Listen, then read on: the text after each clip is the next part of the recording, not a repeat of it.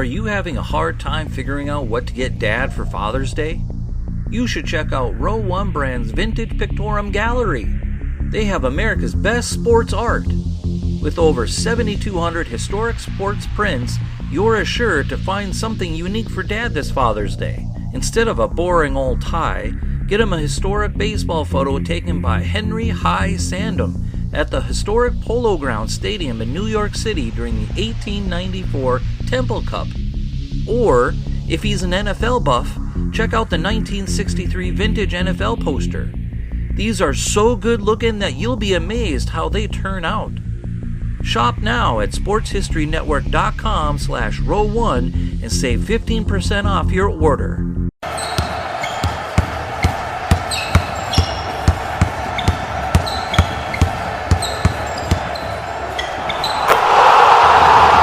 This is Basketball History 101 with Rick Loayza. Welcome back to Basketball History 101, part of the Sports History Network.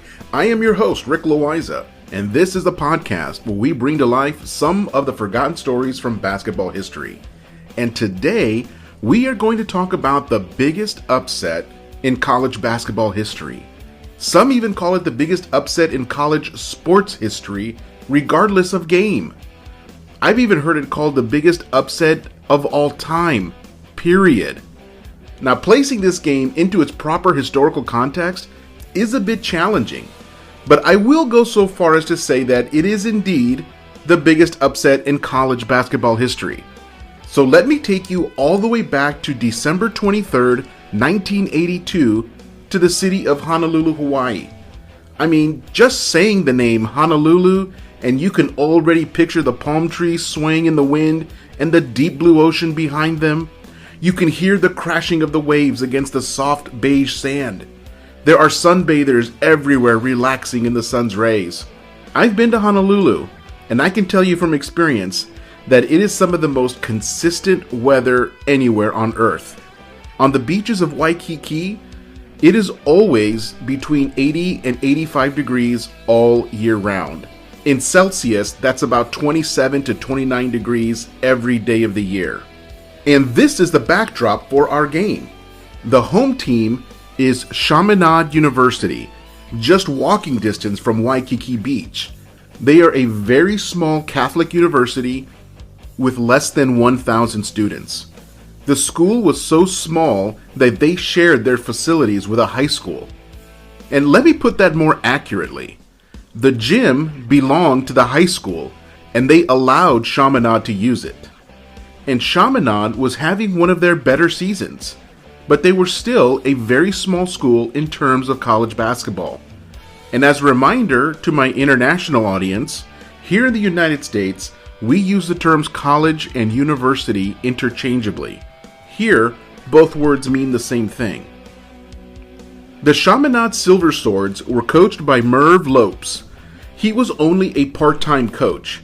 The university had a very small athletic budget, and Lopes worked as a middle school guidance counselor, which means he offered guidance to 11, 12, and 13-year-olds on their academic futures. And then he coached Chaminade in the evenings as a part-time job. He was even responsible for washing the team's uniforms after practices and games. This was about as low as it gets in the hierarchy of American college basketball. For games, they would borrow their towels from a local hotel, and then they had to make sure that they returned every single one of those towels by the end of the night, or they would get billed for any missing towels. The visiting team that day was the University of Virginia, and they had a huge athletic budget with a full-time coach in Terry Holland, who was paid as much as most CEOs. He did not do the team's laundry. They had other people to take care of that for the team. And they had 3 future NBA players in their starting lineup, including the National Player of the Year from the year before. For those that don't know, here in the United States, university-level athletics is governed by the National Collegiate Athletic Association, or NCAA. They have 3 levels of competition.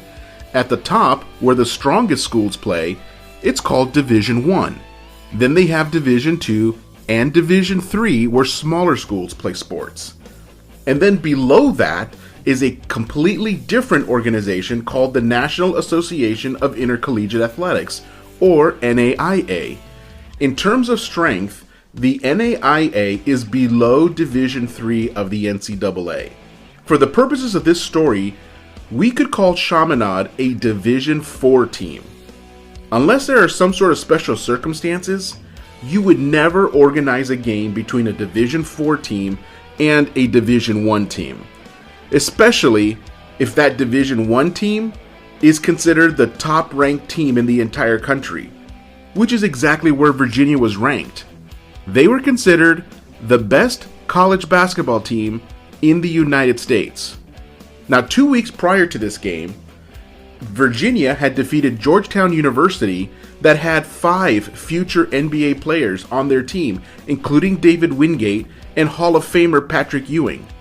Now, the reason that Virginia was in Hawaii in the first place is that they were flying home from playing a couple of games in Japan. A Japanese manufacturing company sponsored some American university teams to come to Tokyo and play each other. In Japan, the Virginia team had defeated the University of Houston, which featured 2 future Hall of Famers in Clyde Drexler and Akeem Olajuwon. So if you're not quite getting the picture, Virginia is an absolute powerhouse of a team. The Virginia Cavaliers team featured future NBA players Othell Wilson, who would play for the Sacramento Kings and the Golden State Warriors. They also had Rick Carlisle, who would play alongside Larry Bird on the Boston Celtics and is now the head coach of the Dallas Mavericks. And they also had 2-time National Player of the Year Ralph Sampson, who was the most dominant college player in the country at 7'4" or 224 centimeters. Going into the game, Virginia was undefeated with an 8-0 record, and they held the number 1 ranking in the country. Meanwhile, Chaminade was ranked number 4 in the NAIA. But since that is the equivalent of Division IV, it was really like being ranked the 900th best team in the country. To put it another way, it would be like taking an average university team and having them play against the Chicago Bulls from the Michael Jordan era. Even Coach Lopes of Chaminade said afterward that he was just hoping to stay within 20 points of Virginia. In his mind, that would have been a victory. And to put one more log on the fire that is the context of this game, Virginia wasn't even supposed to be playing Chaminade. They were supposed to play the University of Hawaii, who also plays Division I.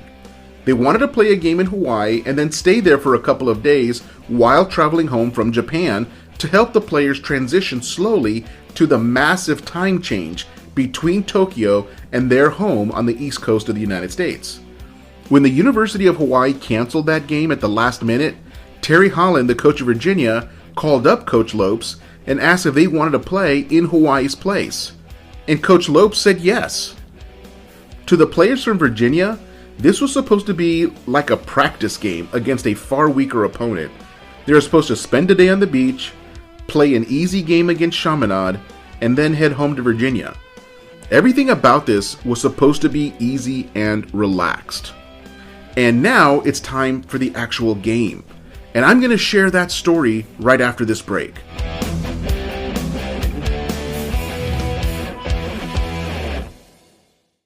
This podcast is part of the Sports History Network, your headquarters for the yesteryear of your favorite sport. You can learn more at sportshistorynetwork.com. Welcome back to the show, and now let's get on with this game. It was played at the Neil Blaisdell Center, and only 3,300 people showed up to watch the game, which was actually far more than normally showed up for a Chaminade game.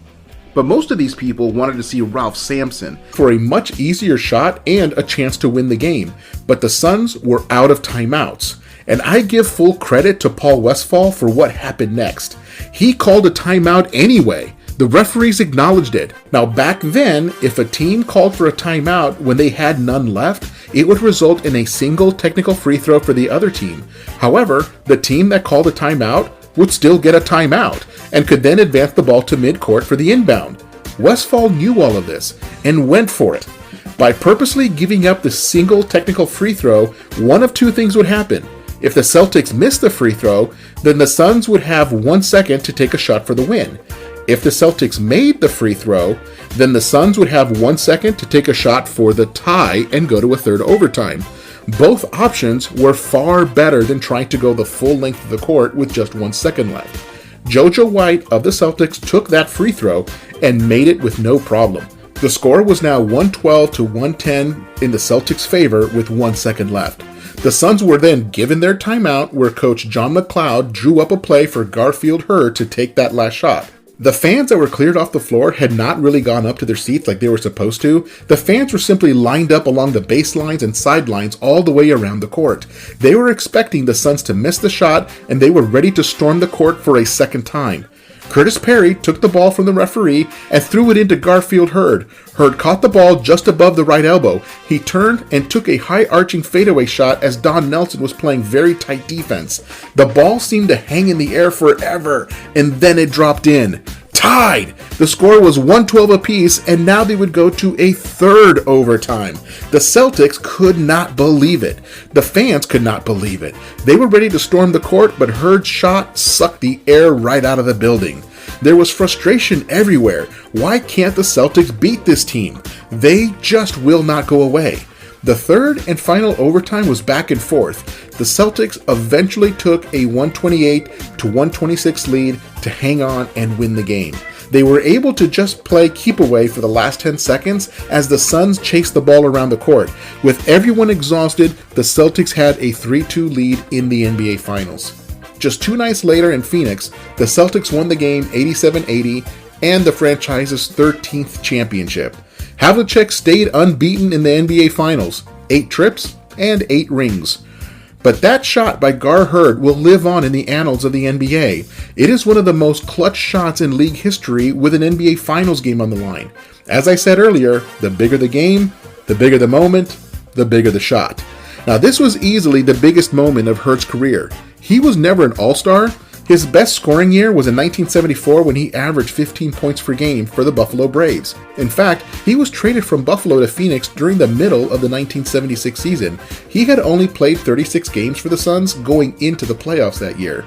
He was a third-round draft pick out of the University of Oklahoma in 1970, and his career average was a little more than 8 points per game over 11 seasons. Of course, being an NBA player is extremely special because so few players get to play in the NBA relative to the number of players who want to play in the NBA.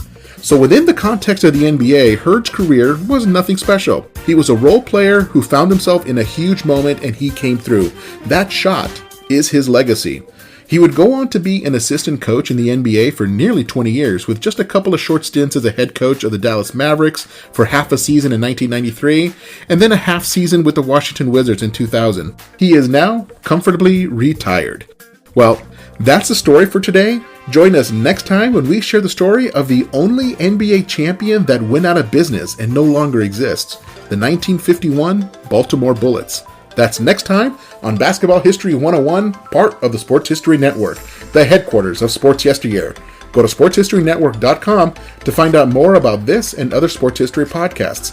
If you like what you hear, please hit that subscribe button wherever you get your podcasts. And check out our page on Facebook. It's called Basketball History 101 Podcast. There you will find shorter historical posts, as well as comments and discussion starters on today's game.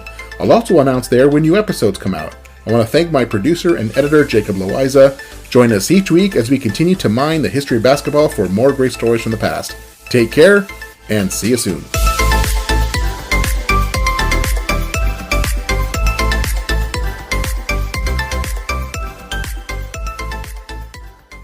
We here at the Sports History Network proudly partner with 26 podcasts, all revolving around the history of sports.